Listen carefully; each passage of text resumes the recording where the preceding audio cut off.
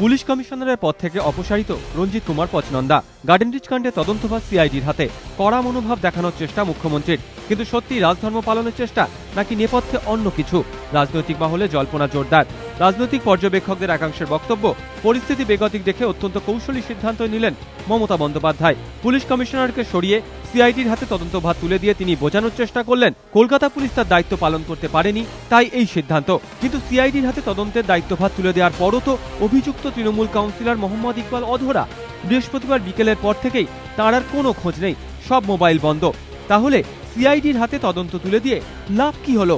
রাজনৈতিক বিশেষজ্ঞদের ধারণা, মুখ্যমন্ত্রী জানেন এই প্রশ্ন উঠবেই, তাই পচনন্দাকে সরিয়ে একদিকে যেমন ফিরহাদ হাকিমকে পাশে থাকার বার্তা দিলেন মুখ্যমন্ত্রী, তেমনি এবার তাঁকে রাজি করিয়ে তার ঘনিষ্ঠ বলে পরিচিত মোহাম্মদ ইকবালকে হয়তো গ্রেপ্তার করানো হবে। তৃণমূলের একটি সূত্রে খবর, ইতিমধ্যে ইকবালের ওপর এ বিষয়ে দলের তরফে চাপও তৈরি করা হচ্ছে।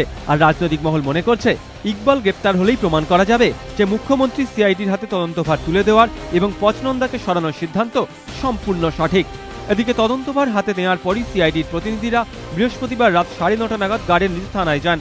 পুলিশের কাছ থেকে তদন্তের কাগজপত্র নিয়ে রাত 10:15 নাগাদ তারা যান ঘটনাস্থলে। সেখানে গিয়ে কোথায় পুলিশ কর্মীরা দাঁড়িয়েছিলেন, কোথা থেকে শেখ সুভান ছুটে এসেছিল, নিরাপত্তার কি বন্দোবস্ত ছিল তা জানার চেষ্টা করেন গোয়েন্দারা।